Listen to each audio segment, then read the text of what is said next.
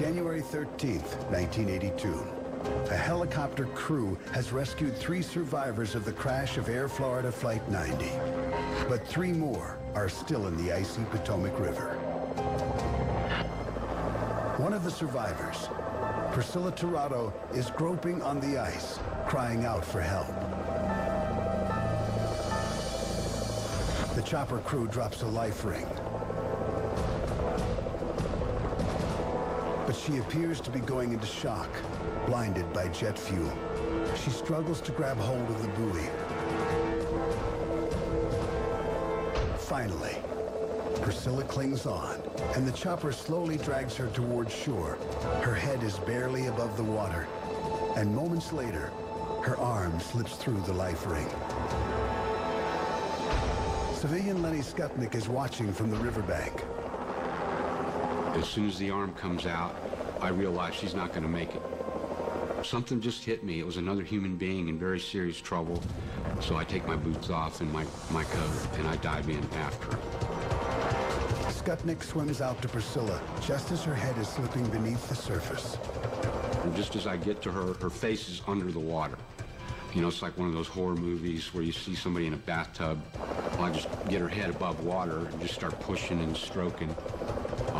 Get her close enough to the bank to a fireman who grabbed her. Paramedics rush Priscilla Tirado to a waiting ambulance.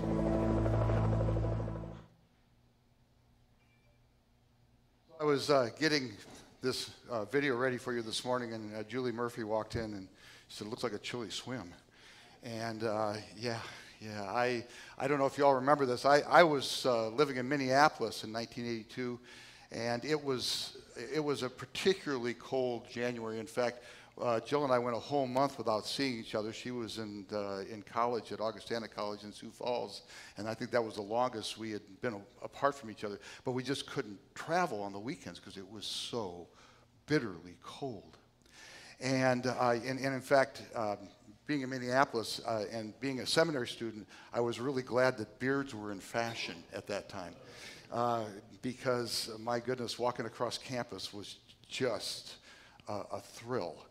And so I remember this, I remember that day, and I remember the airplane sat on the runway for 50 minutes waiting to take off, and they didn't de-ice the wings, and it was only in the air for 30 seconds when it hit the bridge and landed in the Potomac. Lenny Skutnik, he was not a safety worker. He was not a fireman or a policeman. He was not an airline employee. He was just a guy on his way home from work. He worked in downtown D.C. He worked for the government in the Office of Budget Management. And he just stopped to see what the commotion was. That's all he was doing. So neither was Arlen Williams, another fellow that was a part of this whole drama. Arlen was on the airplane and was one of the few people that actually survived the initial impact. And so he's in the water with everyone else. Do some of you remember this? Arlen was in the water, and there are people next to him, and the helicopter comes over and they drop a line. And Arlen is the first person to grab the line, and he hands it to the person next to him. And the chopper drags that person over to the shore and comes back again. And Arlen grabs the line, hands it to another person. And this happens 3 or 4 or 5 times. And finally, the helicopter comes back for Arlen, and he's gone. For the longest time, they couldn't sort it out for the longest time. They had no idea who this guy was. Nobody knew. It took several days to sort it out. And so on the news, they always talked about him as the guy in the water, the man in the water. When you think about the word courage, probably what comes to mind is heroism and bravery and fearlessness. But those are just sort of the outward results. Courage is really something much deeper than that. The word courage comes from a Latin word that means heart. Coronary and courage, same root. And so someone who is courageous is someone who lives by the heart. They see others as being more important than themselves. And when that happens, that's not something that happens overnight. It's something that's cultivated over a lifetime, I think, of just seeing the world in that way. And when that happens, then it leads to sort of unexpected outcomes, unexpected actions. That's where the bravery and the fearlessness comes in. But it first starts with simply living your life by the heart, by seeing others as more important than you are. I'd like you to think about that as we sing.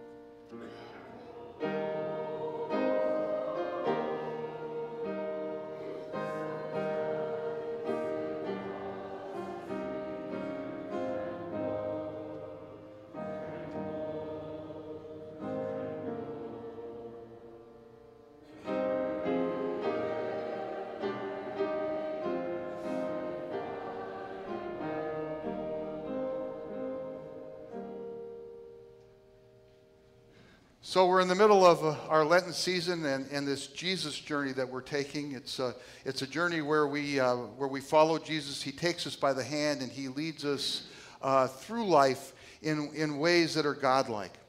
And this story that Keith just read, amazing story, but it's really, if you think about it just for even a minute, it's really a story of courage, isn't it? It's Jesus who is an example of one who lives by the heart. And, you know, courage, especially in a world like the world Jesus is living in, a world that's really bent on destroying itself. So in the first place, you've got Herod and others like him. You've got the Roman government, but also King Herod, who's been appointed by the Roman government to manage Palestine in this time. And Herod is arguably the most powerful man in his little corner of the world. And he has all of the resources of Rome at his disposal. He has power, he has armies, he has all kinds of ways to keep people in line, and he does this with fear. He keeps people in line by making sure that they are always afraid of him. So on Wednesday, we were talking about this very same thing in Bible study with another story that happens 1,500 years earlier. It's the story of Moses and the Pharaoh. And the Pharaoh's doing exactly the same thing. At the beginning of the book of Exodus, the Pharaoh is afraid of all of these Hebrew people who have no power, no weapons, no voice. They're just living there, but they're multiplying. And so Pharaoh is afraid of them. And he first puts them in slavery to keep them in fear, to keep them under control. And when they continue to multiply, it increases Pharaoh's fear, and so he starts killing the firstborn males. And that's the way powerful people sometimes work in the world. They are afraid, and so they keep people under their thumb by making them afraid. And that's what's happening in Jesus' time as well. In fact, King Herod, Pharaoh doesn't even hold a candle to this guy. His father, who comes before him as king, he murders people right and left. He has murdered some of his own family. He's even killed his wife. And on the day of Herod the Great's death, he orders that there be people killed in Jerusalem and in the countryside when he dies so that people will mourn his death. Whoa. Well, his son isn't much better. His son has John the Baptist beheaded, and his son lives in the same kinds of ruthless ways. And of course, what does that do? It breeds resentment, right? So the people who are living in Jerusalem, they resent this kind of power and authority over them. And they actually start, in many cases, start thinking about ways that they can get out from underneath that they can subvert it. And so there's a group of people in Palestine at that time. They're called the Zealots. And Zealots are really just first century terrorists. And the terrorists are working to overcome people like Herod. And so they go and they ambush a regiment, or they go and they destroy a building, or they do whatever they can to disrupt the powerful in their powerful ways. And it's this vicious cycle. You know, resentment, this kind of power breeds resentment. And this kind of killing breeds more killing. You hurt me, I'll hurt you.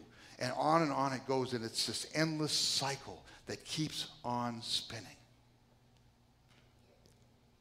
And then there's Jesus, who comes into this story, and I want you to notice that Jesus really approaches the world in a very different way. He approaches the world with courage. He lives by the heart. He sees others as more important than himself.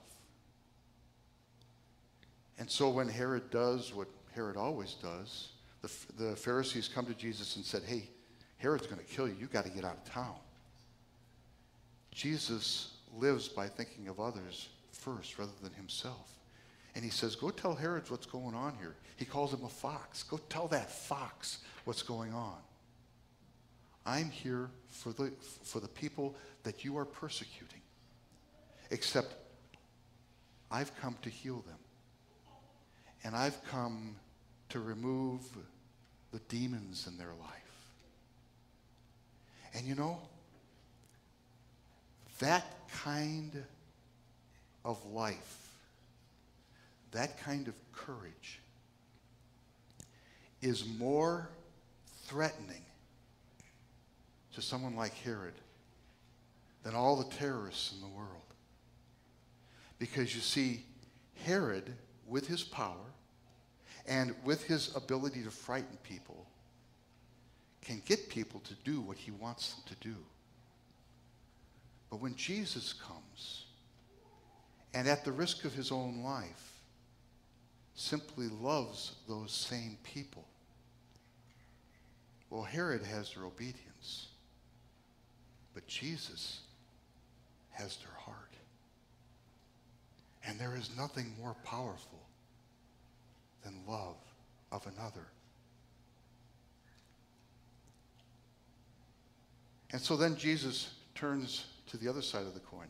The folks who are living in Jerusalem, the folks who are living with this resentment and this hatred. And you know, every time a zealot attack happens, the terrorists come and they knock down a bunch of soldiers. There are no tears in Jerusalem anyplace. Even though they're not actually participating in the terrorism, folks love to see this stuff. And Jesus says, you know, there's something wrong with this, folks. You can't continue to live this way. You can't beat hatred with more hatred.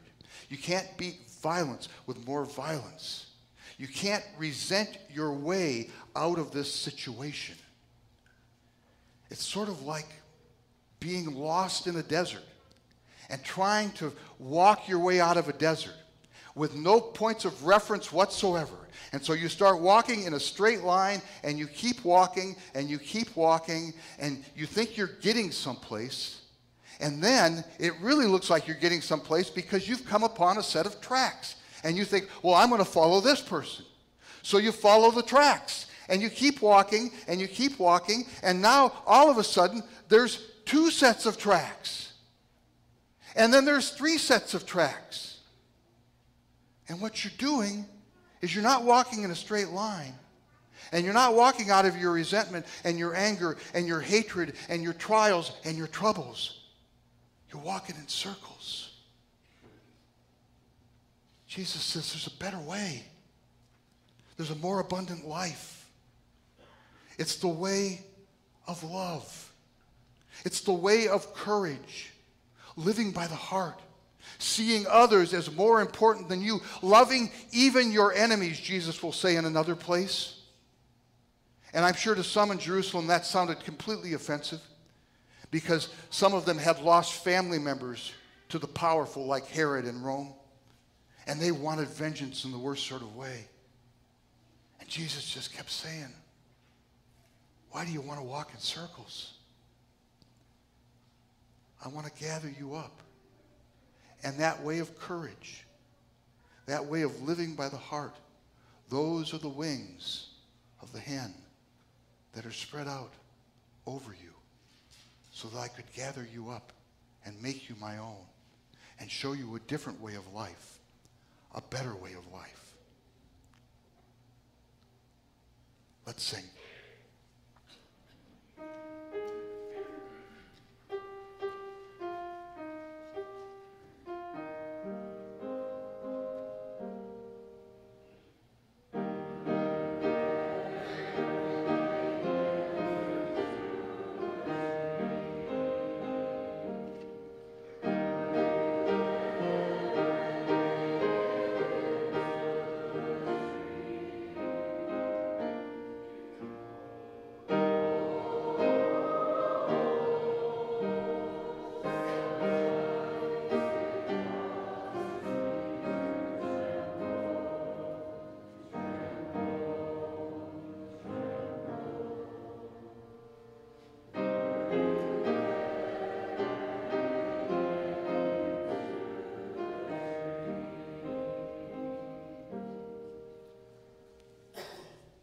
So living courageously, living by the heart, I'm just like everybody else. I'm human, and I will tell you, at least for me, it doesn't come naturally. And I suspect the same is true for you. I mean, think about the times that someone has hurt you.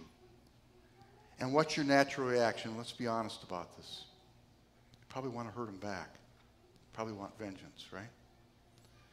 And let's be honest about this. Someone has more than you do. And they've been very successful in life. And honestly, do you privately, secretly celebrate that with them? Are you happy for them? Or is there a tinge of jealousy involved in that? Let's just be honest with ourselves. Or maybe it's someone who got a position that you were looking to get. Maybe it's a position on the team. Maybe it's the starting quarterback, and you felt like you should have been starting quarterback. And are you happy for that person? Are you rooting for them? Are you seeing to it that they're going to be the best that they can possibly be, and you're going to support them? Is that how it works for us? See, I don't think that living by the heart comes naturally. And the question that Jesus has for you today is, listen, I know it doesn't come naturally, but do you want to walk in circles your entire life? Do you want to try to walk your way out of resentment with more resentment, hatred with more hatred, divisiveness with more divisiveness? It's not going to work. I ran across a story this week. A man by the name of John Stoffel. This was about 4 years ago. It was a spring day. It was May. He lives in Wisconsin, and it was a beautiful day, and he and his family went out for an evening walk, and they went to something called the Trestle Bridge. I don't know where in Wisconsin this is, but he's out with his family, his wife, and their 3 children, and they're on the bridge, and they meet a young man who is despondent over the loss of a girlfriend, I believe it is. And he's come out to the bridge with a gun, and he starts opening fire. And John is shot down. He dies. One of the daughters dies. His wife is gravely wounded. She's in the hospital for days. His wife gathers up the 2 children and somehow manages to get them off the bridge and get them under cover. And so while she's in the hospital, she can't talk for the first few days. And she writes on a chalkboard John's last words. Forgive the shooter. Of all the things that he could think of with his dying breath, like run, get under cover, I love you, the words that he thinks about, forgiving the shooter. Where in the world does that come by?